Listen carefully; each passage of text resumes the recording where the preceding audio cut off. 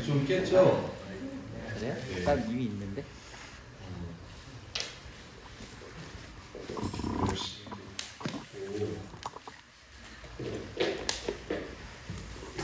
글쎄요, 훈련이 잘 된 것 같아요. 전국교회 청년들이.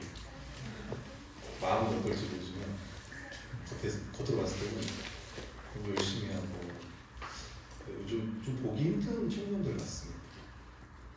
제가 청년부터 청년들을 좀 많이 보긴 했지만 예배도 잘 드리고 또 예배하는 자세들이라든가 배우는 자세가 정말 좋다. 앞으로 정말 기대된다. 이런 생각이 많이 들어요. 경동교회 소망이 있다. 생각이 좀 듭니다. 저희 말일까도 간사하게 전해주시기 바라고요. 이번 쉬는 시간이 있었던 말을 안 하면 더 좋지 않을까. 조심스럽게 생각이 듭니다. 저도 생각, 2시간이 짧은 시간은 아니에요. 저도 교회에서 설교 기도를 1시간 이상씩 하지만 또 교회 집회 2시간 이렇게 말씀을 또 전하고 듣는다는 게 또 자리가 괜찮으면 듣기도 좋고 할 텐데 그런 점이 아쉽기도 하고 그래서 좀 쉬는 시간을 가졌습니다. 저도 허리가 아파서 사실 오래 서 있는 것도 사실 어려운데 찬양 기도 인도까지 부탁을 해서 더 부담이 되긴 하지만 나도 열심히 해보겠습니다. 여러분 결국 구약 성경 전체가 말하는 것은 뭐냐면 결국 인간은 안 된다는 거예요. 여러분 안 된다는 거야. 생각해보세요. 하나님이 왕도 세워주셨고 제사장도 세워주셨고 선지자도 세워줬지만 결국 뭐가 문제 같아요? 인간의 마음이 문제입니다. 그리고 죄가 문제가 죄가. 아무리 율법이 있어도 이게 하나님의 법인지 아는데 못 지켜요. 바울의 얘기를 들어볼까요? 바울의 예를 들어보면 이 에베소에 쓴 바울의 예를 들면 로마서에도 보면 그렇지만 여러분 율법을 세상에서 제일 잘 지킨 사람이 누굴 것 같아요? 바리새인입니다. 근데 사도 바울은 뭐라고 해요? 자기를? 나는? 아니 바리새인 중에 바리새인. 나는 할례도 받아. 또 베냐민 지파니까 사울 왕가의 그 지파이기도 했고 심지어 그 당시 그 율법학자로서 최고라고 하는 가말리엘 문화에서도 그가 공부를 했던 사람이에요. 그리고 실제로 교회에 예수 믿는 사람들 잡아주기 앞장섰던 사람도 바울이었잖아요. 그러니까 바울의 입장에서 생각해보면 지금까지 율법을 가장 잘 지켰던 사람은 누구예요? 자기 자신. 자기는 율법을 딱 갖다 대면은 나는 지금까지 심지어 난 율법에 흠이 없다라고 말할 정도 바울은 얘기를 해요. 예수님 시대에 바리새인들 6,000명 정도 있었다고 하는데 정말 잘 지켰다고 생각했어요. 근데 바울이 이 로마서를 쓰고 복음을 알면서 무슨 생각을 했겠어요? 지금까지 자기 율법을 잘 지켰다고 생각했는데 이제 복음을 딱 아니까 무슨 생각을 했어요? 나는 율법을 지킬 수 없다는 깨달음. 그러니까 그 당시 예수님을 십자가에 죽였던 사람들은 그런 사람들이 있잖아요. 난 죄가 없다. 근데 예수님 항상 누구랑 어울려요? 죄인들하고 어울려요. 예수님도 뭐라고 했어요? 나는 의인을 구하러 온 게 아니라 죄인을 구하러 왔다. 그러니까 바리새인들은 자기가 의인이지 죄인을 생각해본 적이 없어. 사도 바울은 그 정점에 있었던 사람이에요. 자기만큼 율법을 잘 지켰던 사람입니다. 근데 딱 십자가와 복음을 딱 알면서 무슨 생각이냐면 나는 이 율법을 지킬 수 없는지 깨달아요. 잘 지켰다가 아니라 지킬 수 없는지. 그러니까 구약 성경 전체는 뭐라고 말해요? 우리 인간은 율법을 지킬 수 없다고. 그럼 이 율법을 다 지킬 수 있는 분이 오셔야 되는 거예요. 그분이 누구죠? 예수 그리스도입니다. 그리고 심지어 그 율법을 다 지켜야만이 어디에 들어가요? 네, 하나님 나라에 들어가요. 기억하셔야 돼요. 율법을 못 지키면 하나님 나라에 못 들어가요. 우리 죄인이다를 다른 말로 하면 율법을 못 지킨 사람들이 죄인인데 우리도 율법을 못 지켜요. 그러니까 이 하나님 나라에 들어갈 수 있어요? 없어요? 없어요. 이 하나님 나라에 들어가실 수 있는 분은 딱 한 분밖에 없어요. 누구밖에 없겠습니까? 예수 그리스도밖에 없어요. 그리고 그 하나님 나라를 가져오신 분이 예수 그리스도입니다. 이 땅에 오셔서 하나님 나라를 임하게 하신 예수님. 그러니까 그분은 왕으로 이 땅에 오셨잖아요. 그리고 하나님 나라가 이미 시작이 되었습니다. 예수님 믿으면 우리 하나님 나라에 들어가요. 그리고 하나님 나라의 통치를 받아 그분의 백성으로서. 그리고 하나님 나라 언제 완성이 돼요? 예수님이 재림하시면 하나님 나라가 완성이 돼요. 우리는 새 하늘과 새 땅을 이야기할 거예요. 그럼 잘 보시면 기독교 역사관은 직선적 역사가 아니라고 해요. 직선. 창조가 있잖아요. 끝이 있어요. 근데 예수님이 이 중간에 오셔. 이 세상에 하나님 나라를 가지고 들어와요. 이 땅에. 이 세상은 뭐가 지배할까요? 죄와 사망이 지배를 해요. 그래서 우리 육체가 원하는 걸 따라. 근데 하나님 나라가 이 땅에 들어왔잖아요. 이 세상 가운데 하나님 나라가 딱 들어온 거예요. 예수 그리스도 오신 초림 때. 그래서 하나님 나라는 죄와 사망이 아닌 의와 생명이 우리를 지배해요. 그래서 우리 누구를 따르냐면 성령을 따라요. 새 언약을 에레미야도 에스겔도 하고 너에게 새 마음을 주겠다, 새 영을 주겠다가 다 뭐예요? 이게 다 성령님이란 말이에요. 성령님이 오심으로 예수 그리스도 십자가에 죽으시고 부활하셔서 승천하셔서 첫 번째 하신 일이 뭐냐면 성령을 보내주신 거예요. 그죠? 성령님이 언제 오셨어요? 사도행전 2장에 보면 오순절날 예수님이 죽으시고 며칠 뒤에 오셨어요. 성령님이 50일에 오잖아요. 오순절. 그래서 40일 동안 계셨다가 10일 후에 성령을 보내주십니다. 그리고 이제 하나님 나라가 본격적으로 시작이 돼요. 또 교회 시대라고도 이야기해요. 그래서 이제 예수 그리스도를 믿는 자, 성령을 받는 자는 누구를 따를까요? 이 죄와 사망 아래 사탄을 따르는 게 아니라, 육신을 따르는 게 아니라 의와 생명의 지배를 받으면 성령을 따르는 시대가 된 거예요. 그게 예수 그리스도로 말미암아 성취가 된 거예요. 여러분, 이 세상은 사단이 딱 이렇게 죄와 사망의 곳을 잡고 있잖아요. 근데 예수님이 오셔가지고 예를 들면 귀신도 쫓아내고 질병도 치유하잖아요. 여러분, 질병 중에 성경에 많이 나온 질병이 뭐가 있었던 좀 자세히 설명해요. 질병들 보면 복음서에 보면 두 가지 있잖아요. 뭐 있죠? 문둥병. 여러분, 문둥병자들 알아요? 한센시병이라고 하나요? 소록도? 여러분, 그 사람들은 그 이스라엘 시대 때 보면은 문둥병이 걸리면 어떻게 살아요? 사람이 가까이 갈 수 있습니까? 만질 수 있어요? 못 들어가요. 사람 사이에 못 들어가. 어떻게 해요? 나는 부정하다 외치고 다닌단 말이야. 사람들이 접근을 못해. 왜? 사람이 이렇게 갖다 대면 오염된다고 생각하니까. 근데 예수님께서 찾아가잖아요. 그 사람한테. 그래서 뭐라고요? 네가 원하는 게 뭐냐? 저 깨끗게 되기를 원합니다. 나도 원한다. 문둥병이 낫잖아요. 가장 죄인의 부정한의 모습을 보여주는 게 아무도 가까이 할 수 없는 그런 사람, 문둥병. 또 하나의 병이 뭐냐면 중풍병입니다. 마가복음 2장에 보면 예수님이 설교를 이렇게 하시잖아요. 그럼 위에서 누가 지붕을 뚫고 뭐가 딱 내려와요. 친구들이 그 사람 데리고 온단 말이에요. 여러분, 중풍병자가 그걸 통해서 우리에게 알려주는 말은 뭐예요? 물어보겠습니다.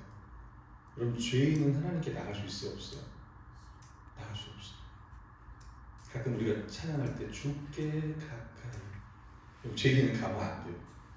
주님께 가까이 가면 어떻게 돼요? 죽습니다. 죄인은 못 가요. 하나님 가까이 못 가. 예수 그리스도의 피로 깨끗해진 사람만 하나님께 갈 수 있어. 그래서 우리가 찬양을 부른다는 거, 하나님을 예배한다는 거, 기도한다는 게 너무 큰 은혜입니다. 여러분, 생각해 중풍병자가 이제 내려왔습니다. 예수님께서 내 죄를 산다고 그랬어요. 그 사람들이 막 수근거리지. 지가 뭔데? 당신이 뭔데? 죄를 산다고 하냐? 왜 죄를 누구만 살 수 있습니까? 하나님만 살 수 있습니까? 당신이 뭔데 죄를 산다고 하냐? 예수님 그러잖아요. 상을 들고 이 사람이 눕혀왔던 그 상을 들고 가라는 말과 죄를 깨끗이 한다는, 죄가 용서받다는 말 중에 뭐가 더 쉽겠느냐? 말로는 뭐가 더 쉬워요? 당연히 죄 용서가 쉽지. 안 그래? 상을 들고 가라는 건 중풍병자들이 일어서 들고 가야 되는데, 사람들 알아요. 중풍병자가 일어나서 이 상을 들고 가는 것보다 실제로 죄를 사는 게 더 힘들다는. 왜? 죄는 하나님만 살 수 있으니까. 예수님 뭐라고요? 일어나라, 가지고 가라고. 네가 왔던 걸 다시 들고 가라. 셀프 같기도 하지만 다시 들고 가는 사. 중풍병자와 이 문둥병자를 통해서 하나님께서 우리에게 보여주신 것은 뭐냐면 이 중풍병자는 이 죄인은 절대 하나님 앞에 나갈 수 없다는 것, 무능력하는 것, 우리 힘으로 절대로 구원을 받을 수 있다 없다 없다는 거예요. 어느 누가 우리 힘으로 구원을 받을 수 있겠습니까? 심지어 우리가 믿는다 한들 하나님께서 그 아들 예수 그리스도를 보내지 않았다면, 우리 죄의 문제를 해결하지 않았다면 우리가 구원받을 수 없고 그 나라에 들어갈 수 없는 거예요. 성경은 그게 은혜로 주어졌다고 우리에게 말을 하는 거예요. 제가 지금까지 구약에서 쭉 설명을 했어요. 이제 다시 본문으로 돌아오겠습니다. 3절 말씀을 다시 한번 읽어보겠습니다. 3절, 에베소 1장 3절. 우리 한번 이 복이 무엇이냐 하면서 제가 하나님 나라에 대해서 쭉 한번 설명했어요. 구약부터 3절을 다시 읽어볼게요. 시작. 찬송하려다 하나님 곧 우리 주 예수 그리스도의 아버지께서 그리스도 안에서 하늘에 속한 모든 신령한 복을 우리에게 주시네. 그리스도 안에서 하늘에 속한 모든 신령한 복이 아까 말했던, 제가 지금까지 설명했던 하나님 나라에 대한 것이었어요. 아, 예수 그리스도를 통해서 이제 우리가 그 나라에 다시 들어갈 수 있구나. 아담이 누렸던 그 복들을 이제 우리가 다시 누릴 수 있구나. 이거를 제가 쭉 이야기를 했습니다. 하나님께서 이미 우리에게 주셨대. 모든 신령한 복을 다 주셨대. 제가 여러분께 말씀드리고 싶은 것은 이걸 믿으라는 거예요. 어떤 친구들은 다 받았는데 꼭 안 받은 자처럼 생각을 해요. 그리고 심지어 내가 지금 못 받는 거는 내가 열심히 안 해서. 하나님은 나보다 찬양을 인도하는 제 형제, 아니 앞에서 말씀 전하는 목사님에게 더 주셨을지 몰라도 나는 덜 주셨을 것 같아. 내가 하는 걸 보면, 내가 맨날 죄 짓고 이런 걸 보면 하나님 저 사람을 더 사랑하는 것 같고 나에게 보고 좀 더 덜 주신 것 같고, 자꾸 엄마 아빠도 복 달라고 기도하는 걸 보면 우리 엄마 아빠도 아직 덜 받으신 것 같고, 오늘 여러분 성경을 통해서 확실히 믿었으면 좋겠어요. 하늘에 속한 모든 복을 다 주셨다고 말해요. 우리 이것을 믿어야 돼요. 아멘. 아멘. 이제 이것을 믿느냐 안 믿느냐에 다를 거예요. 어떤 사람은 계속 이 복을 받기 위해서 막 열심히 할 거예요. 성경이 이미 줬다고 하는데, 그리스도 안에서 내가 하나님 나라의 복을 다 줬는데 자꾸 그는 내가 열심히 안 하니까 덜 받은 거 아닌가 자꾸 생각하는 거예요. 아니에요. 다 받았다고, 다 줬다고. 그럼 앞으로 우리가 신앙생활은 뭐냐면 내가 받은 복이 무엇인지 계속 알아가는 거예요. 성경을 통해서, 교회를 통해서 계속 알아가는 거예요. 복된 삶을 우리 계속 살아가는 거예요. 두 번째는요, 성부 하나님은 창세전부터 우리를 거룩하고 흠이 없는 아들로 삼으시기 위해 택하시고 예정하셨다고 말씀하고 있습니다. 우리 그 다음 절 보시면 한 절 넘겨줄래요? 자, 같이 한번 읽어보겠습니다. 시작. 창세전에 그리스도 안에서 우리를 택하사 우리로 사랑 안에서 그 앞에 거룩하고 흠이 없게 하시려고. 하나님께서 우리를 언제 택하셨냐면 창세전에 택하셨대요. 창세전이면 아까 말했던 이 세상이 만들어지기 전에 하나님께서 우리를 택하셨대요. 그러니까 이걸, 이 말씀만 봐도 하나님의 사랑이 얼마나 영원하고 불변한지를 우리는 생각해야 돼요. 하나님 나를 언제 사랑하셨나? 하나님께서 언제부터 나를 아셨나? 창세전에, 이 세상을 만들기 전에 하나님 우리를 아셨다. 그리고 그가 수련에 오기까지 하나님은 수천 년을 기다리셨고 오늘 여러분 자리에 부르신 거죠. 우리를 왜 어떻게 택하셨냐면 아들이 되게 하셨대요. 아들들. 그럼 가끔 우리 이제 자매들은 맨날 아들들이라고 해요. 난 딸인데. 그래서 찬양도 불러요. 사랑합니다 나의 예수님. 그 뒤에 보면 뭐예요? 사랑한다 아들아. 근데 딸들 항상 사랑한다 딸들아 항상 가사를 바꾸는데, 하나님의 자기 아들들이 됐다는 건, 여기서 아들들이 됐다는 건 아들 딸 개념이 아닙니다. 상속자를 의미하는 거예요. 상속자. 그리고 천국 가면 아들 딸 그런 게 여자 남자 아마 구분이 없을 거예요. 똑같은 하나님의 분명한 백성이 될 겁니다. 하나님의 아들이신 예수 그리스도 안에서 우리를 양자로 삼으셔서 하나님 나라를 상속받게 하신다는 거예요. 여러분 우리나라에서 이 부자지간이라고 생각하면 이 동양인이 생각할 때는 이 부자지간은 어떤 거냐면요, 넘을 수 없는 권위를 얘기해요. 아버지와 아들이라고 하는 이 넘을 수 없는 어떤 권위의 차이를 이야기하지만 유대인들에게 있어서 이 부자지간이라는 말은 같다는 뜻이에요. 동등하다. 권리와 영광과 지위가 같다는 뜻이라고 합니다. 여러분 이제 제가 설교 준비하면서 아버지의 사랑이 가장 성경에 잘 나타나는 게 뭘까 했을 때 탕자 비유 같아요. 여러분 어렸을 때도 잘 들었던 탕자의 비유. 두 아들이 있었습니다. 둘째가 아버지가 말하는 거예요. 아버지여, 재산 중에서 내게 돌아올 분깃을 내게 주소서 하고 아버지가 다 줬습니다. 그 후 며칠이 안 돼 둘째 아들이 재물을 다 모아가지고 먼 나라에 가서 허랑방탕하여 그 재산을 다 낭비했어요. 근데 그 나라에 흉년이 들었습니다. 궁핍하게 되었습니다. 가서 그 나라 백성 중 한 사람에게 붙여 사는 그가 들로 그를 보내 돼지를 치게 했는데 돼지가 먹는 그 쥐염 열매로 배를 채우자고 했는데 그것도 먹을 수가 없는 거야.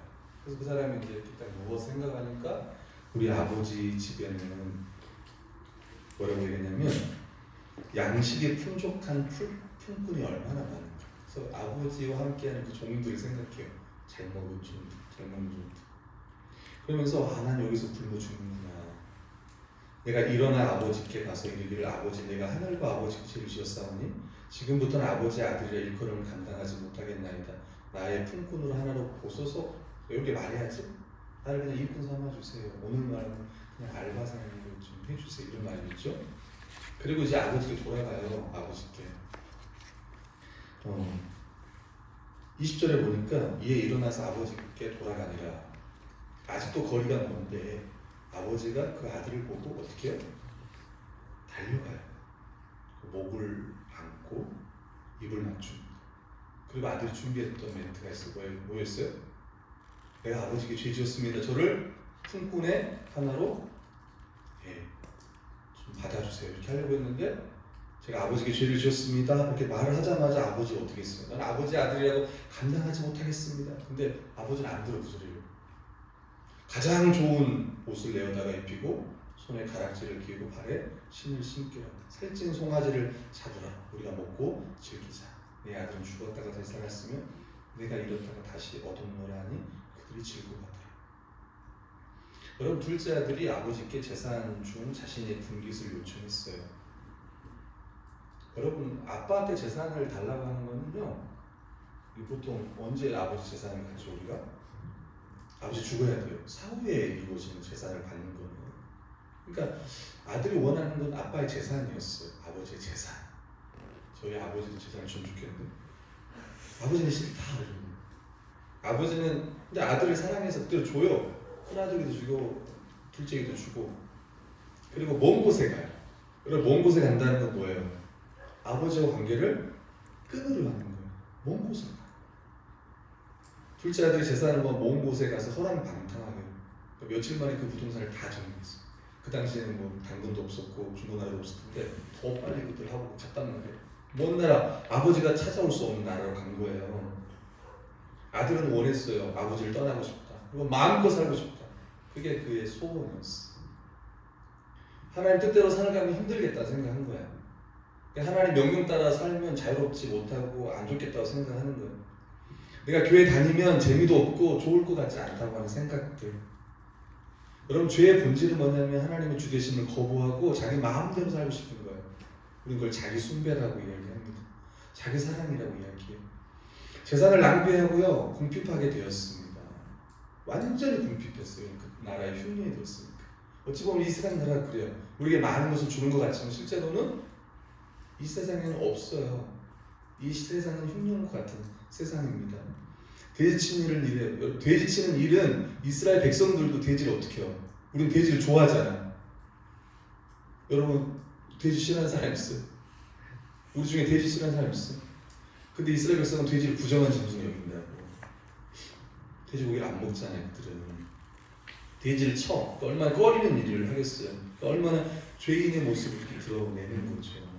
심지어 돼지가 먹는 그 열매조차 없어서 주는 자가 없는. 그래서 결심하잖아요. 나 아버지께 돌아가겠다. 차라리 그냥 굶어 죽는 바에 차라리 아버지의 종이 되겠다 가서. 근데 아버지의 반응은 다르잖아. 아버지는 그 아들을 환대합니다. 완전 환대해요. 거리가 먼데 계속 기다렸던 것 같아. 아버지가 아들을 돌아오기를. 그리고 달려가서요 목을 안고 입을 맞춥니다. 늘 기다리셨어요. 여러분 그 중동의 이 가부장은 달리지 않는데요. 아버지가 달려가서 막 안고 뽀뽀하고 아마 아들은 깜짝 놀랐을 거예요. 위안부로 뛰어오나 깜짝 놀랐어요. 나를 때리려고 오나 뭐 그럴 수도 있잖아요. 아들 입장에서 갑자기 달려오니까 막 안고 입을 맞추고 뽀뽀. 아들이 회개합니다. 아버지, 제가 하늘과 아버지께 죄를 지었습니다. 지금부터는 아버지의 아들이라고 일컬음을 감당하지 못하겠습니다. 저를 종으로 하려고 하는데 아버지가 이제 뽀뽀하면서 그렇게 못하게 하고 막 했잖아요. 아들의 신분을 다시 회복시켜줘야 아버지가 그 신분의 잔치를 준비해줘. 아버지는 아들의 말을 안 듣습니다. 저를 종으로 받아주세요 말을 안 들어요. 인생 최고의 아버지에게는 인생 최고의 날 아들이 돌아옵니다. 최고로 준비하라는 거예요. 제일 좋은 옷을 가져와라. 여러분 제일 좋은 옷이 뭘까요? 여러분에게 제일 좋은 옷은 뭡니까? 그렇습니다. 제일 좋은 옷. 아마 아버지 옷이 제일 좋은 옷이지 않을까요? 아버지. 그러니까 아버지의 옷을 입힌다는 것은 다시 아들의 신분을 회복한다는 의미겠죠. 살찐 송아지. 그 당시에 고기 중에 살찐 송아지보다 더 비싼 건 없었다라고 이제 학자들은 이야기하더라고요. 온 마을이 초청을 받았을 거예요. 그 기쁨의 잔치. 그 아들은 뭘 깨달았겠습니까? 이 아버지의 집에 양식이 풍족할 뿐만 아니라 거기에는 은혜와 사랑이 풍족하다는 것을 그는 깨달았을 거예요. 팀 켈러의 책에 보면 그 탕부 하나님이라고 하는 제목의 이 탕자 이야기를 담은 책이 있습니다. 그 내용을 좀 보면 아버지 사랑으로 용서하고 돕지 못할 악은 없고 아버지 은혜에 맘먹을 만한 죄는 없다. 무모할 정도로 헤프게 베푸신 하나님의 은혜가 예시됩니다. 그래서 그 책 제목이 뭐냐면 더 프로디갈 갓이라고 합니다. 우리말로 하면 탕부 하나님. 프로디걸은 무모할 정도로 헤프게 베푸는 남김없이 다 써버리는 예수님이 보여주시듯이 아버지가 사랑으로 아들을 끌어안은 그 시점, 아들의 개가천선을 입증하기 전이었을 뿐만 아니라 외워두었던 회개의 대사조차 다 웃기 전이었습니다. 하나님의 은총은 그 어떤 공로나 뼈저린 참회로도 얻어낼 수 없습니다. 하늘 아버지의 사랑과 수용은 값없이 베푸시는 하나님의 선물입니다. 그게 우리에게 이미 주어졌다는 거예요. 아멘. 저는 이제 제가 이 설교를 준비하면서 우리 청년들이 하고 싶었던 말이 그거였어요. 자꾸 우리는 이 구원이 나로부터 시작된 것 같은 생각을 해요. 내가 열심히 믿을 때는 내가 구원 받은 거고, 내가 열심히 안 할 때는 구원을 못 받은 거고, 자꾸 그런 생각들 가운데 내가 계속 왔다 갔다 하는 거예요. 여러분, 이 구원은 창세전부터 하나님께서 미리 예정하신 거예요. 우리를 구원하기로, 우리를 교회 삼으시기로 그분이 작정하셨다. 창세 전에, 우리가 태어나기 전에, 이미 존재하기 전에, 내가 죄를 짓기 전에 하나님이 이미 하나님의 거룩한 백성으로 우리를 부르셨다는 거예요. 하나님 아버지가 어떤 분이십니까? 좀 뒤에 나가보면 아시겠지만 하나님 그 아들 예수 그리스도를 위하여 내어주십니다. 가장 소중한 그 아들을 우리를 구원하기 위해 내어주세요. 그 부분 좀 뒤에 다루겠지만 한번 여러분 다시 말씀 보면 그리스도 안에서 우리를 택하셨습니다. 우리를 사랑 안에서, 그러니까 우리를 사랑하신 거예요. 정말 사랑하셨고 그 앞에 거룩하고 흠이 없게 하시려고 우리를 아들로 부르신 거예요. 거룩하고 흠이 없어야 하나님의 아들로서 하나님의 나라를 유업으로 받고 하나님 나라에 들어갈 수 있어요. 거룩이 중요해요. 여러분, 제사장이 한 일이 뭐냐면 짐승들을 보면서 흠이 있는지 없는지 그걸 살폈단 말이에요. 그리고 거룩한 제물이라고 말하는 것은 하나님께 받아들여질 만한 제물 상태를 이야기합니다. 범죄해서 하나님 나라에 들어갈 수 없었던 우리들, 하나님 앞에 나갈 수 없었던 우리들, 근데 그분이 우리를 거룩하고 흠이 없게 하시려고 우리를 택하시고 예정하시고 그분의 아들들이 되게 하시고 결국 어떻게 그게 성취가 되었냐 하면은 예수 그리스도가 우리를 위하여 대신 죽으심으로 성취가 된 거죠. 창세 전부터 예정하신 그 모든 복을 우리에게 거저 주셨다라고 6절을 이야기합니다. 뒤로 6절 가볼까요? 6절 읽어볼게요. 시작. 이는 그가 사랑하시는 자 안에서 우리에게 거저 주시는 바 그 은혜의 영광을 찬송하게 하는 것이다. 아멘. 아멘. 여러분, 우리는 실패합니다. 우리는 또 넘어지기도 하고 그렇지만 하나님은 절대 실패하지 않습니다. 나는 미련하지만 하나님은 성실하고 신실하고 나는 완악하지만 주님의 사랑은 무궁하시고 그걸 막을 자가 없는 거예요. 이렇게 하나님께서 우리를 부르셨다는 걸 믿고 우리 이것을 믿기 때문에 다시 일어서는 거예요.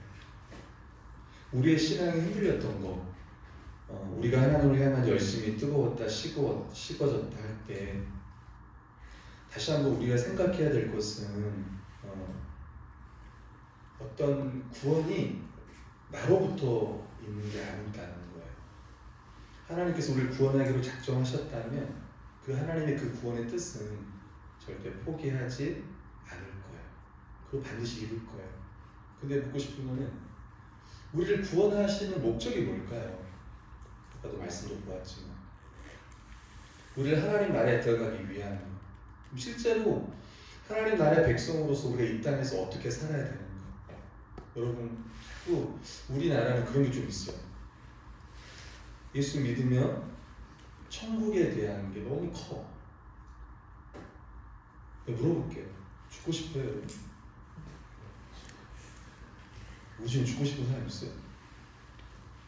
근데 자꾸 예수 믿으면 천국 간다 그러니까 예수 믿으면 그냥 는 천국이야. 중간에 뭐가 없어. 근데 물어볼게요. 진짜 예수 믿는 여러분을 죽이고 싶으실까요?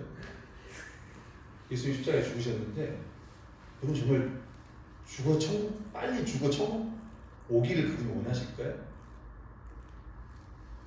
저는 아니라고 생각해요. 그럼 다 빨리 가야지. 그쵸? 제일 먼저 가신 분들도 있겠지만 여러분 하나님께서 우리를 구원하신 목적은 거룩하게 살아가기 위한 거예요. 하나님 나라 백성으로서 이 땅에서 정말 거룩한 삶을 살기 원하는 거예요. 우리는 그 과정을 성결이라고도 이야기하고 성결교회니까 그걸 성화라고도 이야기해요. 근데 여기에 없는 거예요. 새 생명을 얻었으면 살아야지. 이 땅에서 잘 살아야지.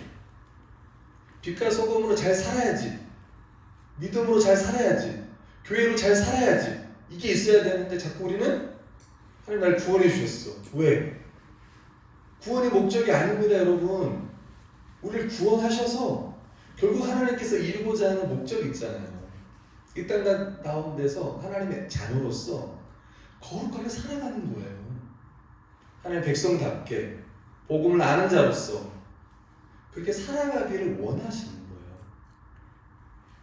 만들어져 가기를 원하는 거예요. 하나님의 사랑.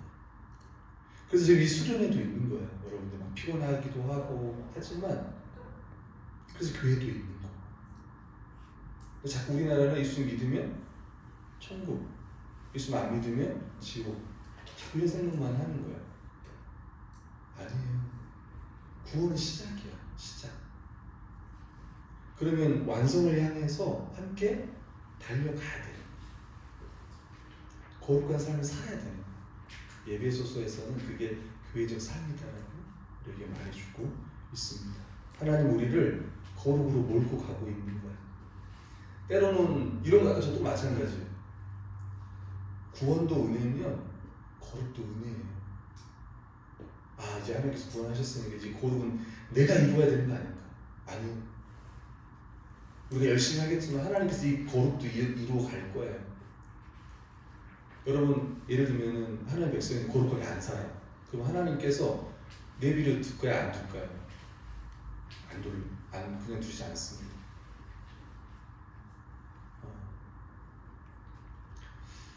제가 설교 시간에 좀 이런 말 하기엔 좀 조심스럽기도 하는데, 여러분, 제가 정말 사랑하는 사람이 있어요. 제가 정말 사랑하는 사람. 누굴 것 같아요? 아니요. 아들입니다. 맛있어. 지금 이제 5살 됐는데, 이름은 결입니다. 정결. 제가 결이를 너무 사랑하는데, 결이가 한 1년 8개월 정도, 18개월 정도 됐을 때, 주위에서 이제 그런 소리가 들려요. 아이가 좀 이상하다. 이렇게. 아이가 좀 이상하다. 그래서 이제 뭐 결론적으로 말씀드리자면, 아이가 자폐 성향이 있는 거예요. 그러니까 이렇게 예를 들면, 결아 그러면 이렇게 아빠를 봐야 되는데 안 보는 거예요. 그걸 이제 우리 호명 반응이 안 된다 얘기하죠. 보통 자폐 아이들 잘 안 되는 게 뭐냐면 호명 불렀을 때 안 보는 거. 그리고 일단 의사소통은 뭐 말도 느려고 안 되고 있고, 그런 아이였습니다. 그러니까 이제 그때 딱 그러니까 얼마나 낙심도 되고 힘들었겠죠, 그죠? 처음에는 이게 받아들일 수가 없더라고요. 아니 설마 우리 아이가 무슨, 아니 이렇게 잘 웃는 애가 무슨, 이런 생각을 했어요. 근데 처음에는 정말 받아들일 수 없는 상황이었고, 그리고 이제 유튜브를 봤죠. 그날 저녁에 유튜브 보는데 우리 아이가 하는 모든 행동이 다 자폐 아이가 하는 행동이었어. 뭐 예를 들면 이런 거예요. 놀이공원을 가면 보통 아이들은 뛰어도 한 번쯤 돌아보잖아. 부모가 오나 안 오나. 우리 아이는 안 보는 거야. 그냥 뛰어가는 거야. 그러니까 그런 게 없는 거예요. 원래 그 자폐의 가장 큰 문제점이 이제 상호작용이 안 되는 거예요. 그러니까 주위에서 이제 무슨 소리가 들리냐면 이런 소리가 들리는 거예요. 어떤 쪽에서는 한쪽에서는 힘을 내가 같이 기도하겠다. 이 고난도 잘 이겨내보자. 이런 쪽 부류가 있고, 또 한쪽은 가족이 그러죠. 도대체 하나님 앞에 무슨 큰 죄를 졌길래 이런 어려움을 만나냐. 빨리 회개하라. 이런, 어찌 보면 크게 이렇게 나뉘더라고요. 저 둘 다 맞다고 생각을 합니다. 둘 다 맞다고 생각해요. 근데 제가 여러분에게 결론적으로 하고 싶은 말은, 하나님께서 이걸 허락하셨다면 나는 이게 하나님께서 나를 미워하시거나 그런 게 아니라는 걸 말씀드리고 싶어요. 결국은 제가 그랬잖아요. 하나님께서 우리를 어디로 몰고 간다고 했어요? 우리를 어디로? 결국은 거룩으로. 또 다르게 표현하면 누구를 닮게? 주님을 닮아가게. 그렇게 한다는 말이에요.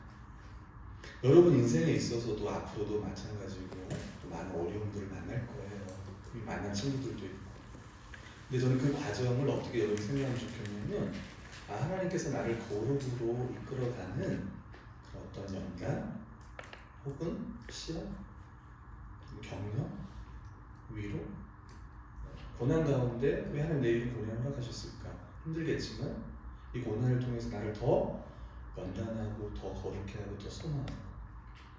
여러분 저는 아이가 이제 자폐가 있기 전까지는 하나님 나라를 소망한다고 했지만 그렇게 막 소망이 많이 되진 않았던 것 같아요. 다음 세상에 대한.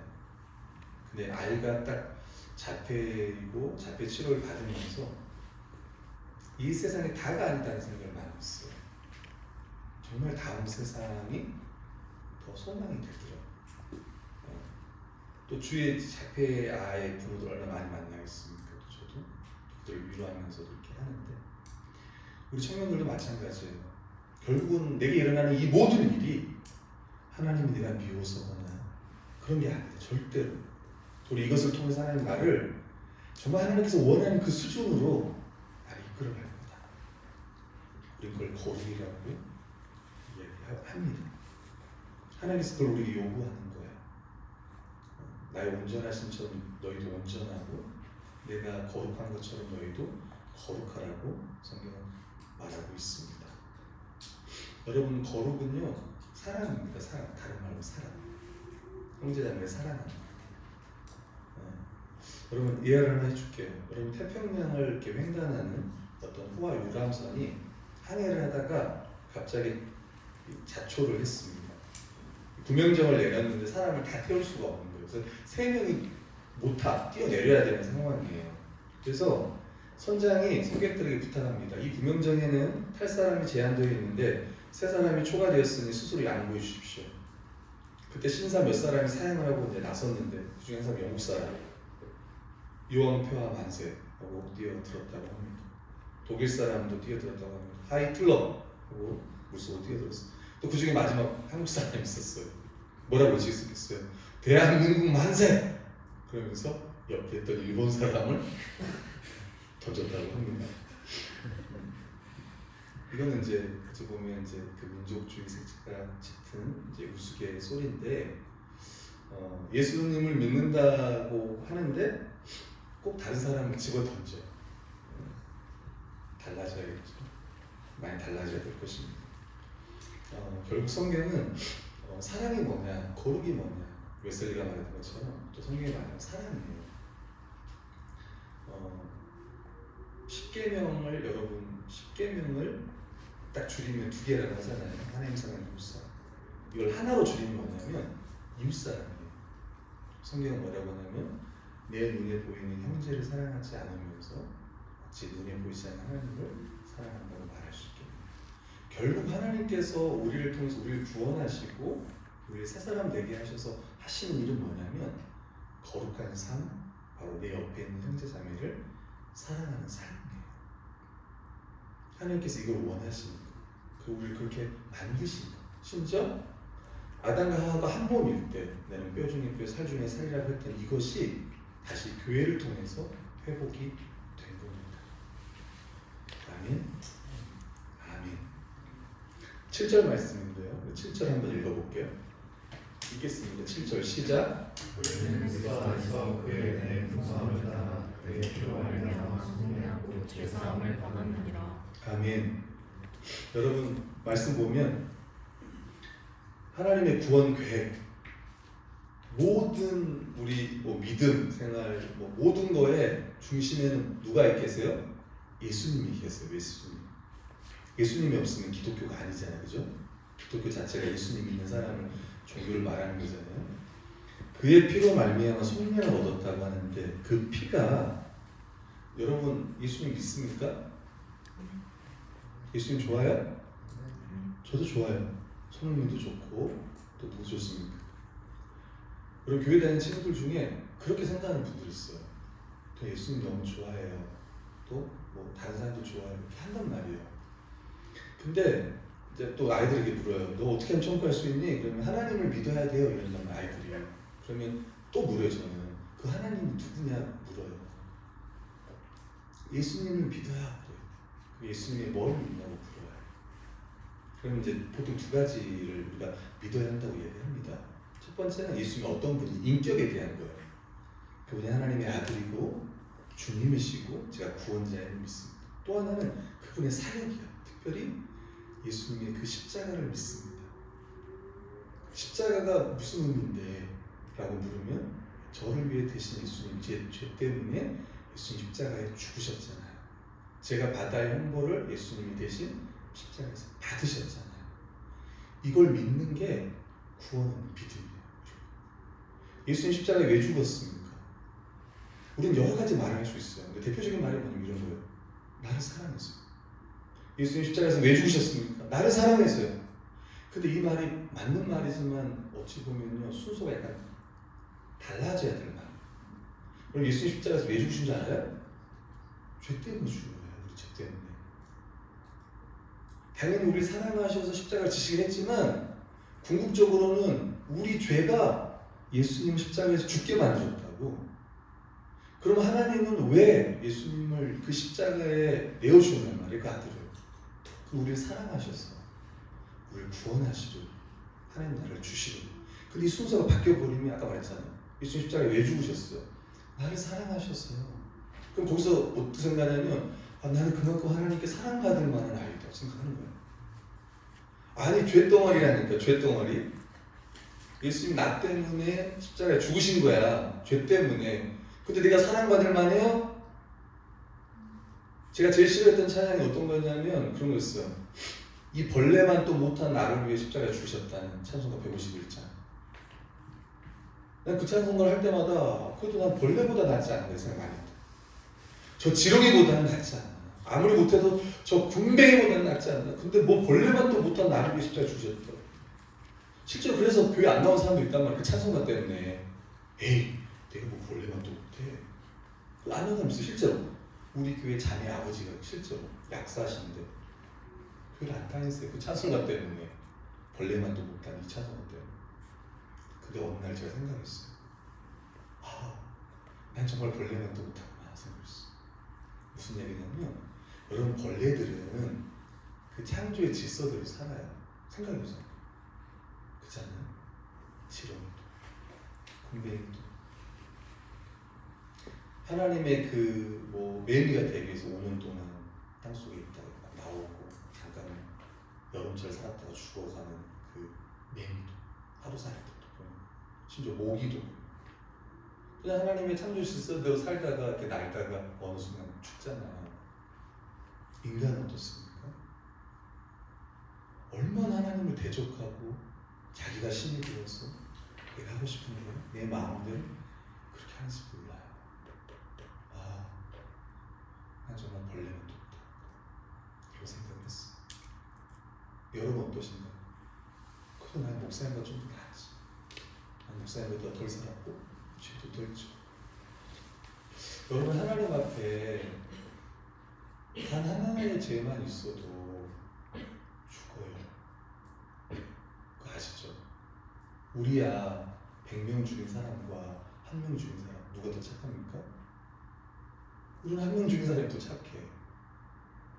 수천 명을 죽인 사람이나 마대 타라사나 놓고 봤을 때 우리 편에서는 당연히 마대 타라사가 천사지. 근데 하나님 편에서 봤을 때 어떠냐는 말이에요. 우리 인간 편에서는 착하다 뭐 이렇게 얘기할 수 있지만 죄가 하나도 없으신 하나님 앞에 놨을 때 어떠냐는 말이에요. 다 죽을 죄인.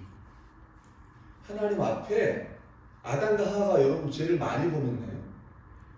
한 개 아니에요? 한 개. 선악을 알게 한 나무 열매 하나를 따먹었다고. 한 개를 범했다고. 근데 어때요? 하나님 앞에 나가지 못하고 무화과 나무 잎으로 치마를 싸고 나무 뒤에 숨었다고요. 그게 인간의 존재, 우리의 모습이라고. 죄인된 우리. 근데 하나님께서 그 예수 그리스도를 이 땅에 보내신 거예요. 그리고 십자가에서 우리의 모든 죄의 형벌을 다 받으셨어요. 그래서 우리를 뭐라고 얘기했냐면 형벌 대속적 죽음이다 이런 말이에요. 그 피를 믿는다, 그의 죽으심을 믿는다. 예수 십자가에 왜 죽으시냐고 했을 때 내가 받아야 형벌을 그분이 대신 받아 죽었습니다. 그래서 형벌 대속적 죽음. 그래서 우리가 구원 얻는 믿음이 뭐냐라고 하면 이것을 믿느냐예요. 형벌 대속적 죽음을 믿느냐. 나의 죄 때문에 예수님 십자가에서 모든 하나님의 저주를 받는 것을 믿느냐.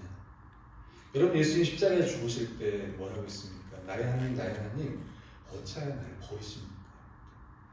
어찌하여 나를 버리십니까? 여러분 예수님 믿었던 순교자들처럼 멋있게 죽었던 사람이 많아요. 근데 그 죽음 앞에 그렇게 벌벌 떨면서 두려워했던 분이 없다고. 예수님만큼 없다고. 아버지 할만하시거든 이 잔을 지나가게 해주세요. 근데 온대로 마시고 아버지 온대로 하세요. 루터가 말했습니다. 십자가의 이 죽는 예수님을 보면서 저처럼 예수님처럼 죽음을 두려워했던 사람이 없었다고 얘기해요. 전부 훈훈한 죄인으로서 예수님 십자가에 죽었다고 얘기해요. 그게 바로 우리의 모든 죄를 짊어지고 그런 십자가에 죽으신 거예요. 믿어요? 대신 가죽옷이 되어주신 거고. 여러분 이삭이 죽어야 되는데 누가 죽었죠? 양이 죽었습니다. 그걸 여호와 일이라고 해요. 거기를 그죠? 여호와께서 준비하셨다. 하나님께서 준비하신 그 어린 양이 예수 그리스도예요. 모세 시대에 보면은 그럼 잘 알다시피 6월절 기억하실 거예요. 출애굽할 때 이스라엘 백성뿐만 아니라 모든 사람이 살기 위해서는 다 문설주의 피를 발라요. 이스라엘 백성들도 실제로 다 바르잖아요. 아무도 안 죽어요. 근데 애굽 사람들도 죽잖아요. 장자가 죽었다는 건 다 죽는다는 얘기 하잖아요. 이스라엘 백성들도 죽었다는 이야기입니다. 모든 죄인은 다 죽는다는 이야기예요. 그 어린 양의 피를 보고 하나님께서 넘어가신 거예요. 이미 다 죽었구나 하고 넘어가신 거예요. 실제로 예수 그리스도가 어린 양으로 오셨고 십자가에 못 박아 죽었습니다. 여러분 이스라엘 백성들이 죄를 그 속죄일 날 10월 15일 이 속죄일 날 2마리 염소가 죽는데 혹시 들어보셨어요? 아사슬 염소라고. 한 마리는요 그 대제사장이 이렇게 모든 이스라엘 백성의 죄를 전가해요. 그 불로 태워서 번제로 드립니다. 그리고 한 마리는 어떻게 합니까? 그를 광야로 데리고 가요. 한 마리. 그리고 광야에다 놓고 와요. 그러니까 이미 하나님께서 이 내 대신 짐승이 죽고 우리의 죄를 다 사했다는 것을 이 한 마리 염소를 통해서 알려주는 거예요. 광야에 버려두고 때로는 광야에 낭떠러지에 떨어뜨려 죽게. 그래서 우리 죄가 완전히 사해졌다는 것을 드라마틱하게 보여주는 거예요. 만약 우리나라 진돗개다 그랬다면 다시 돌아올 수 있어요. 근데 못 돌아오지. 그냥 낭떠러지에 떨어져서 죽이니까. 여러분 이런 구약의 제사 제도를 통해서 하나님께서 우리의 죄를 예수 그리스도를 통해서 다시는 기억지 않는다고 우리에게 말씀해 주는 거예요. 사랑하는 성도 여러분, 우리 청년들 자꾸 우리는 죄를 기억합니다. 여러분 목욕탕에 가면 사장님들이 어떻게 이야기해요? 가봤어요? 목욕탕? 목욕탕 가면 뭐라고 해요?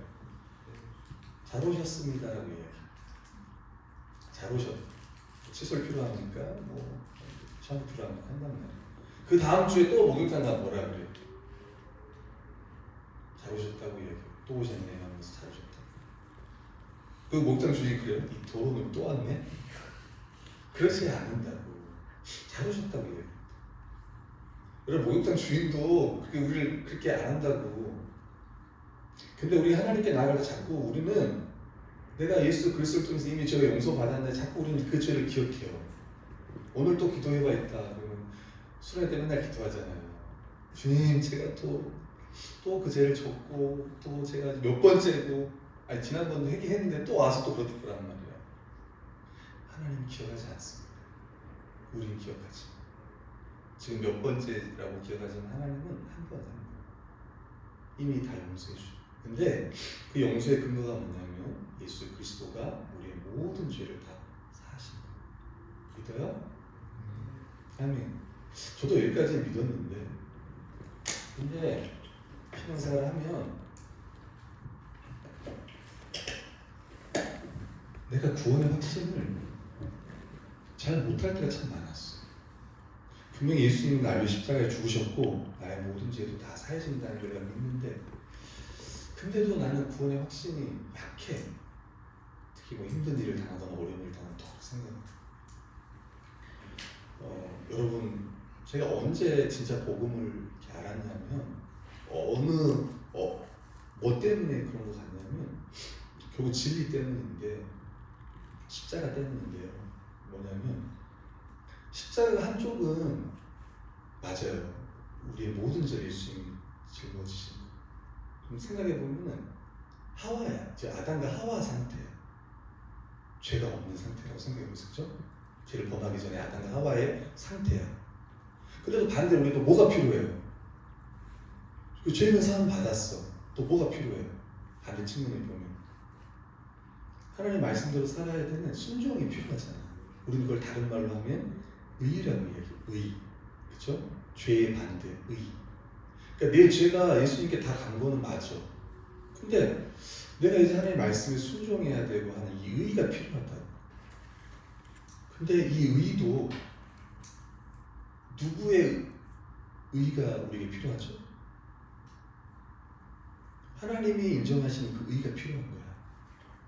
근데 그렇게 아까 말했던 것처럼 그렇게 산 사람은 예수님밖에 없는 거야. 여러분 예수님 모든 율법을 다 지켰어요. 우리 조홍신한테 배웠을지 모르겠지만 율법이 총 몇 가지인 줄 알아요? 율법 600 613개. 하라고 한 거 248개, 248. 하지 말라고 한 거 365개. 그래서 구약의 율법을 전체를 보면 613가지 율법이 있어요. 성경은 이 모든 율법을 다 지키라고 이야기해요. 모든 율법을 항상 지키라고 이야기해요. 그렇지 않으면 율법에 조조가 있다고 합니다. 그게 죽는 거예요. 율법의 정죄를 받아 죽어. 사망에 이르는 건데 이 613가지 율법을 항상 지켰던 분이 누구냐면 예수 그리스도야. 그리고 그 마지막 순종이 뭐겠습니까? 십자가에 죽는 거예요. 그래서 그 십자가의 죽음을 우리 또 뭐라고 하냐면 의의 완성이라고 해요. 우리가 예수님을 믿을 때 이 예수 그리스도의 이루신 의가 내 의가 되는 거야. 나의 의가. 그게 복음이에요. 아멘. 그래서 성경은 갈라디아서 뭐라고 얘기하냐면 내가 그리스도로 옷을 입었다고 이야기해요. 그리스도의 옷을 입은 게 아니라 그리스도로 옷을 입었대요. 그리스도가 누구냐? 하나님의 아들. 그분은 주님이시고 그분은 구원자이시니 그분의 옷, 그분을 입었다는 말은 그분이 하신 그 모든 것이 다 내 것이 되고 하나님께서 나를 보실 때 그렇게 본다는 거. 옆에 지체를 봐요. 예수님처럼 보여요?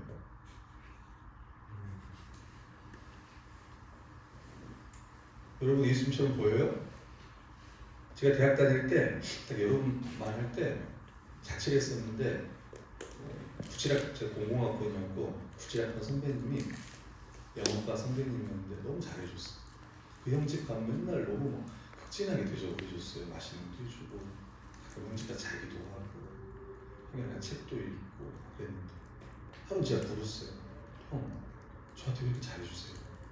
그때 형이 저한테 뭐라고 하냐면 현준아 나는 너를 너라고 생각하지 않는다. 나는 너를 예수님이라고 생각한다. 그때 너무 무섭더라고요. 현준아 나는 너를 너라고 생각하지 않고 너를 예수님이라고 생각해. 순간 무서웠어요. 참 그 형이 나는 그 형을 보면서 진짜 예수님처럼 산다는 게 어떤 건지 알게 됐어요. 정말 누구를 대할 때 정말 예수님처럼 돼요. 제 이야기를 왜 하냐면 자꾸 우리는 그냥 나라고 생각해. 내가 물어볼게요. 행복해요? 혹시 지금 나 혼자 했다고 생각하는 사람 있어요? 내 인생은 나 혼자야 늘 외롭고 좀 알아줬으면 좋겠는데 말도 못하고. 그래서 말하고 싶은 건 이런 거예요. 여러분이 누구 안에 있는지를 잘 생각해야 돼. 앞으로 절대 나 혼자 있는 게 아닙니다. 우리가 누구 안에 있어요? 그리스도 안에 있어요. 이제 물어보면 당신은 누구입니까? 라고 물어보면 형제 이름 뭐예요? 김홍철 씨. 우리 김홍철 형제님. 김홍철 형제님 누구십니까?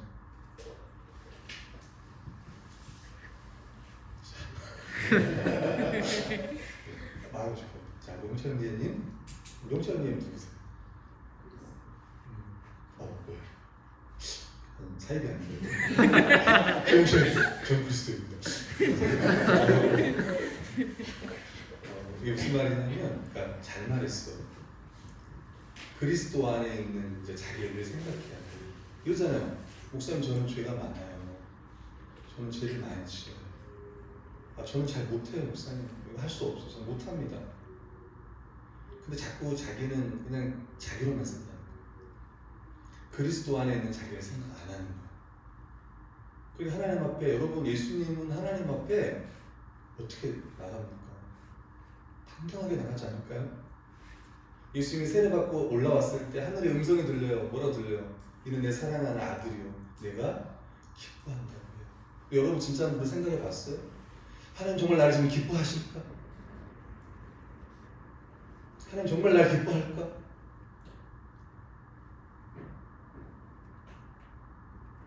그리스도 안에 있는 나를 생각하면 하나님 나를 정말 기뻐한다. 나를 너무 사랑한다. 내가 정말 하나님 나라에 들어갈 수 있을까? 내 모습 보면 못 가지.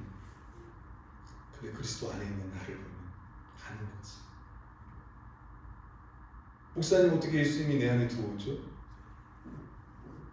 믿으면 들어와요, 그분이. 내가 믿을 때 성령께서 인치셔서 하나님의 자녀 되게 하시는 거예요.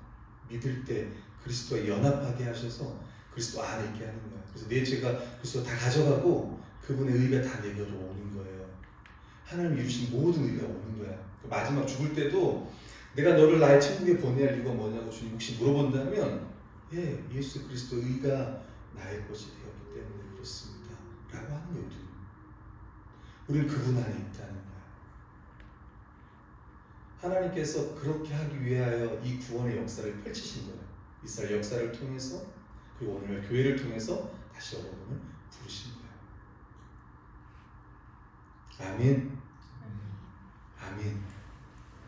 여러분 다시 7절을 보시면 그로 피로 말미암아 속량이고 제사함을 받았대. 여러분, 속량이라는 말은 대가를 지불하고 노예나 포로를, 전쟁 포로를 자유롭게 하거나 되사오는 것을 의미합니다. 우리의 갚아야 할 모든 죄값을 예수 그리스도가 십자가에 죽으심으로 이거를 다 갚으신 거예요. 더 이상 우리가 갚을 게 없어요.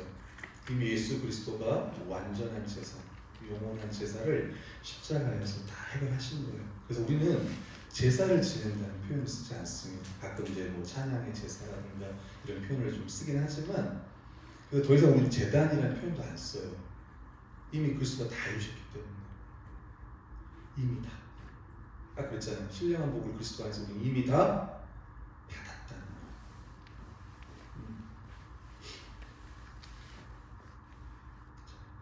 하고 싶은 말이 더 많지만 넘어가겠습니다. 어디까지 넘어가냐면요, 쭉 넘어가서 13, 14절 가겠습니다. 같이 한번 읽겠습니다. 시작. 하나님께서 너희도 진리의 말씀을 듣고 너희의 구원을 듣고 하나님께서 또한 너희 약속의 생명을 인치시지 않았으니. 14절. 이는 우리의 기업이 보증이 되사 그 얻으신 것을 생명하시고 그 영광을 찬송하게 하여 주십니다. 아멘. 하나님은 우리에게 성령을 보내주셔서 인치시고 보증하시는 데 구원을 보증한다는 거예요. 네, 물어보고 싶어요. 여러분, 예수님이 내 안에 들어오면, 성령님이 내 안에 들어오면 그분이 떠날까요, 안 떠날까요? 혹시 떠난다고 하면은 구원을 잃어버린다는 얘기, 안 떠난다고 하면 구원을 잃어버리지 않는다는 얘기. 교단마다 좀 차이가 있습니다. 차이가 있고, 그럼에도 불구하고 이 에베소서에서는 뒤에 보면은, 그럼 여러분 죄 지으면 어떨까요? 성령님께서, 여러분 안에 계신 성령, 여러분 죄를 지을 때 그분 어떠실까요? 4장에 보면은 근심한다는 표현을 써요. 근심한다, 슬퍼하신다. 여러분, 성령님이, 그러니까 저는 이렇게 말씀드리고 싶어요. 믿는 게 어려울까요? 사는 게 어려울까요? 삶이 어려울까요? 믿음이 어려울까요? 삶이 어려울까요? 삶이 어려워요. 믿기가 진짜 어렵습니다. 믿는 게. 제가 지금 뭘 믿어야 될까 쭉 설명했단 말이죠. 그리고 내가 정말 예수님을 믿을 것인가 안 믿을 것인가를 이제 비용 계산하면서 결정하는 거예요. 보통 여러분 정도는 거의 믿으려고 마음을 먹으셨을 거예요. 어렸을 때부터 이제 알겠을 겁니다. 하나님 그 은혜라고 생각하고 믿는 게 어려워 정말. 근데 예수님 믿으면 내 안에 성령께서 들어오시고 이제부터 내가 그렇게 거룩을 향해서 또 교회를 위해서 더 살게 하시는 거예요. 그래서 사는 게 어려운 게 아니라 정말 믿는 거, 참된 믿음을 갖는 게 더 어려워요. 근데 여기도 나오지만 결국 믿음은 어떻게 생겨요? 진리의 말씀을 듣고 믿는 거예요. 말씀을 들어야 믿음이 생겨요, 여러분. 이렇게 수련회 와서도 듣고 또 교회 가서도 듣고 계속 말씀을 들어야 되는 거예요. 제가 원하는 거는 우리 친구들이 예배를 잘 들었으면 좋겠어요. 그러니까 예배 시간에는 하나님께서 우리에게 주시고자 하는 모든 은혜가 다 들어가 있어요. 찬양도 있죠, 말씀도 있죠, 또 뭐가 있어요? 기도도 있죠. 우리가 받을 수 있는 은혜가 다 들어가 있어요. 그래서 진짜 신자들은 공예배를 중요하게 여겨요. 예배를. 지금 사도 바울이 계속 뭘 얘기하는 거야? 찬송하자, 찬양하자 그러잖아. 감옥에서 좋은 데가 아니라 깜방에서 예배 성도들에게 하늘의 신령한 보신 하나님을 함께 찬송하자 이러잖아요. 여러분 실제로 우리가 가장 하나님을 높이는 데가 언제예요? 일상의 삶에서도 마찬가지지만 예수님 믿는 모든 성도들이 한 목소리로 신앙을 고백하고 함께 하나님의 말씀을 듣고 함께 기도하고 그런 자리가 너무 중요한 거예요. 여러분 공예배 잘 나오기 바랍니다. 청년부 예배 잘 나오길 바래요. 아멘. 혹시 우리 친구들 중에 헌금 안 하는 친구들 없지? 우리 성도들 중에도 헌금 안 하는 분들이 있어가지고 내가 1월 첫 주에 제가 예배 때 꼭 헌금해야 된다라고 얘기했어요. 그러니까 여러분 주일헌금을 드리잖아요. 주일헌금, 다른 말로 하면 우리가 이걸 주일헌금, 주정헌금, 예배헌금이라고 쓴단 말이에요. 그래서 하나님께 예배 드릴 때 감사해서 매주 정해서 액수를 여러분 학생이니까 5,000원, 좀 더 용돈 많으시면 10,000원 매주 이렇게 내는 거예요. 그래서 예배 드릴 때 그냥 오지 않고 내 감사의 표현으로 그러니까 감성금 별개고 11조도 별개고 그래서 예배헌금 항상 준비해서 하는 거예요. 그래서 목사님도 이렇게 좀 헌금적인 거 하는 거 아니고 그게 아니고 공예배의 중요성을 또 이야기하는 거예요. 그래서 내 마음을 다 지각하지 않고 혹시 뭐 무슨 일이 좀 늦을 수는 있겠지만 지각하면 안 되고 그래서 마음을 다해서 정말 하나님을 찬양하고 예배하는 그런 친구들이 되면 좋겠다. 또 양육도 잘 받고 그래서 하나님의 말씀을 들으면서 계속 우리 믿음이 자라가는 거예요.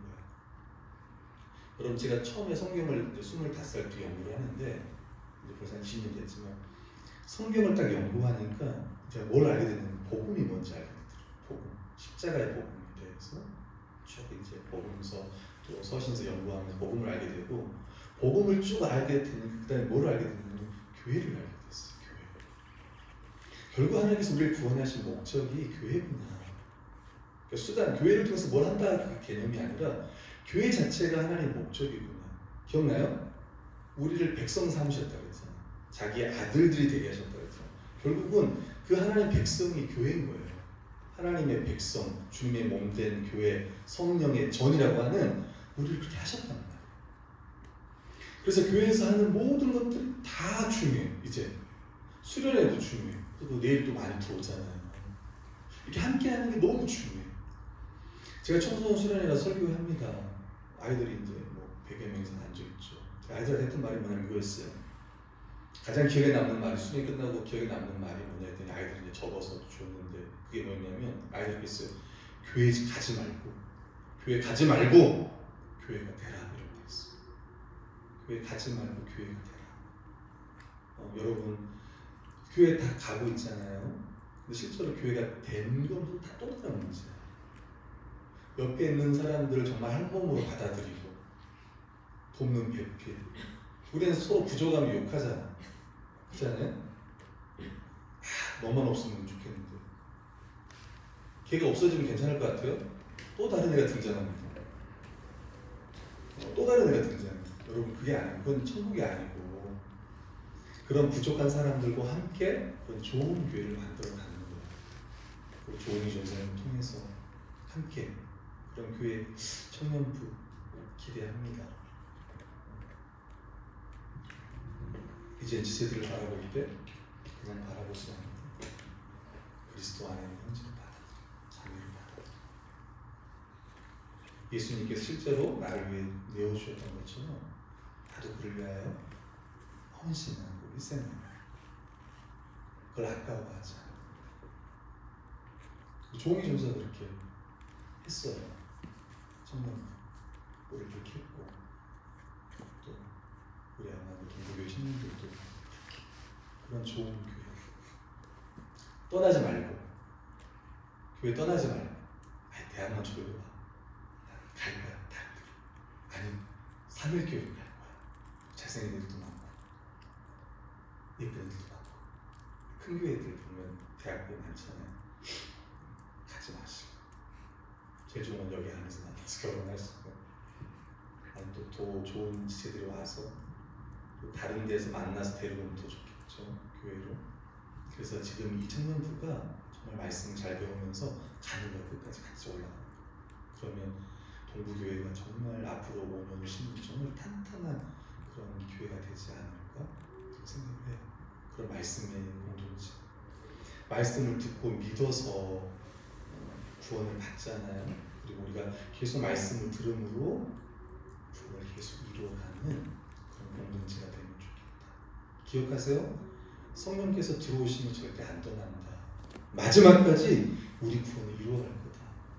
지금 내 모습은 좀 부족하고 연약하지만 우리 주님께서 그렇게 하실 것이다.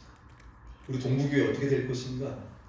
종희 전사님을 통해서 아니 또 종희 전사님이 멋있게 사역을 하고 또 떠나도 주님께서는 계속 우리와 함께 교회를 세워나가실 것이다 라는 그런 마음들이 있으면 좋겠어요.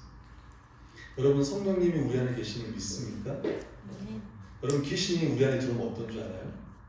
발악을 합니다. 반대로 성령님께서 우리 안에 들어오면 어떻게 돼요? 그분이 우리 안에 들어오시면 그분은 사랑의 영이잖아요. 그래서 하나님을 더 사랑하게 하고 지혜들을 더 사랑하게 한다는 것을 기억하셨으면 합니다. 이제 말씀을 정리하도록 하겠습니다. 여러분 에베소서에는요 그리스도 안이라는 표현이 정말 많이 나와 있어요.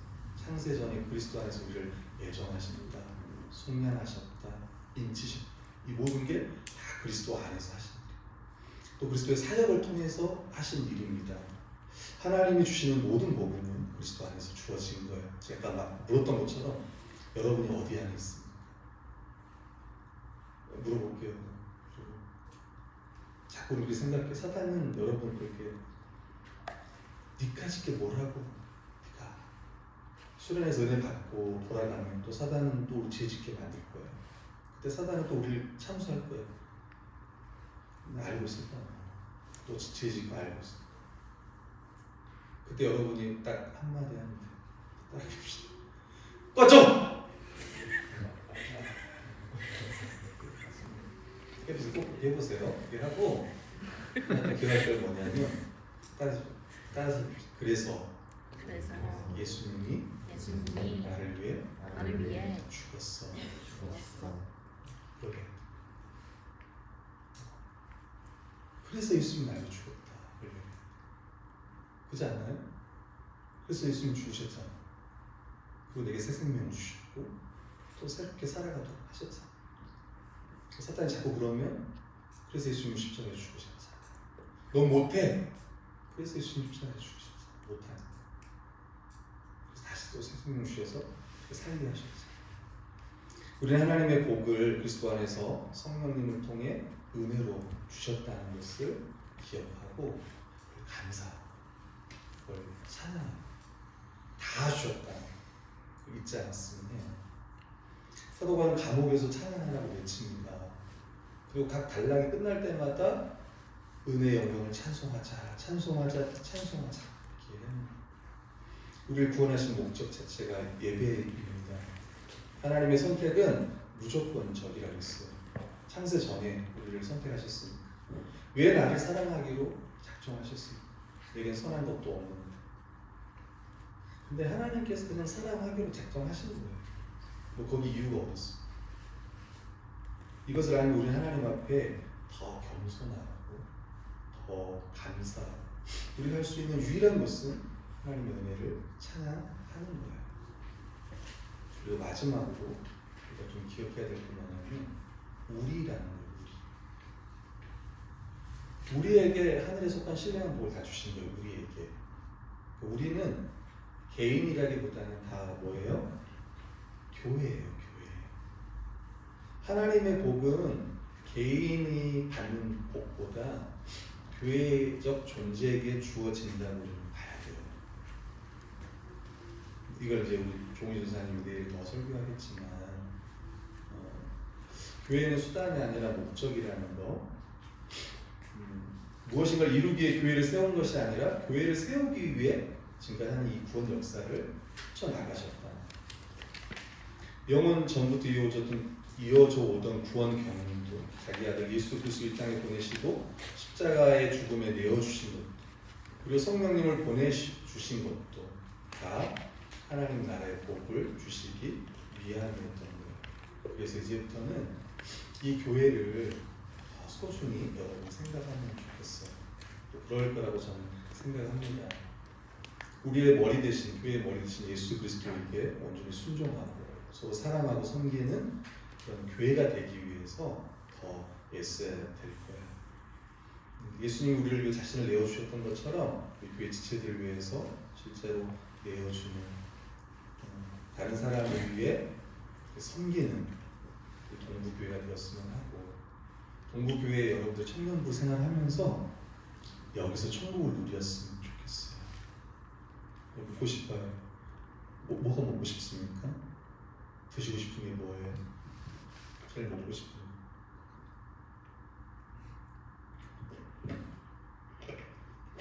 그래서 제가 조홍신한테 좀 해달라고 말할까니까 먹고 싶은 정말 먹고 싶은 지금까지 먹었던 것 중에 제일 맛있었던 말해봐요. 먹는 걸로 동부교회는 뭐 저희 먹지 않습니다. 수련회 음식수는 먹지 않습니다. 보통 이제 수련회 가서 아이들한테 그러면 뭐 통닭 또는 이제 물어봐요. 어디 브랜드를 원하냐고 아이들도 뭐 여러 가지들 막 이야기하거든요. 교사들도 또 달라. 교사들 딱 물어보면 광어, 이쪽은 새우, 이제 대하 새우가 유명하게 하는데 강화도에서 보통 우리가 이제 뭘 먹고 싶냐 그러면 정말 자기가 먹었던 걸 말해요. 대개는 그래요. 안 먹어보고 싶은 거를 안 먹었던 걸 말하는 친구도 드물고 뭐가 먹고 싶으세요 그러면 뭐가 먹고 싶어요. 먹었던 것 중에 이 말하는 이유는 뭐냐면 먹는 것도 먹어본 사람이 알잖아요. 그죠? 하나님 나라도 마찬가지예요. 내가 내세 다음 세상에 내가 하나님 나라에 들어갈 거다. 이걸 확신하는 사람은 누구냐면 교회에서 하나님의 나라를 누린 사람들이 그래요. 진리를 통해서 사랑을 통해서 여기서 그걸 경험한 사람이 다음 세상을 기대해요. 근데 여기서 동북교회에서 천국을 못 누리잖아요. 그러면 다음 세상을 기대하는 건 없습니다. 그러지 않을까요? 그렇게 생각해요. 아니면 나는 다른 교회를 가고 싶다. 그렇게 생각할 거란 말이에요. 그래서 여러분들이 말씀을 계속 배우고 진짜 교회가 뭔지를 알고 아 정말 이게 천국이구나. 정말 하나님께서 약속하셨던 그 복이 교회를 통해서 누리는구나. 이 사람을 통해서 나를 위로하고 이 사람을 통해서 나를 공급하고 말씀으로 또 내가 힘들 때 옆에서 기도해주고 또 좋은 거 있으면 주고 내가 힘들 때 옆에서 울어주고 아 이게 정말 교회구나. 용서해주고 여러분 좀 기분 안 좋은 일 있으면 맛있는 거 사주면서 이야기해줘요. 너 이런 게 좀 기분이 안 좋다. 너 이렇게 할 때마다 맛있는 거 사주면서 그러면 보통은 아유 그래 내가 잘못했다 이러지. 막 기분 안 좋은데 막 서로 막 이러지 말고 맛있는 거 사주면서 그러면 더 재밌게 이렇게 믿음 생활할 수 있지 않을까 그런 생각이 듭니다. 성경을 연구하고 제가 십자가 복음을 알고 또 복음을 알아가면서 교회를 알게 되었다고 했잖아요. 이것이 저에게 가장 큰 은혜였고 그게 복이었습니다. 또 개척교회를 하면서 많은 어려움들을 겪어 나가지만 또 그리고 아까 제가 말했던 것처럼 나도 그리스도 안에 있는 자고 또 그런 성도들도 그리스도 안에 있는 자임을 여러분 고백하고 싶고 또 그렇게 계속 대하고 싶어요. 내일 저녁 집회와 또 앞으로 우리 종희 전사님과 함께 영광스러운 교회를 더 알아가시기를 그리고 더 기대하시기를 부탁드립니다. 아멘. 네, 이렇게 찬양할게요.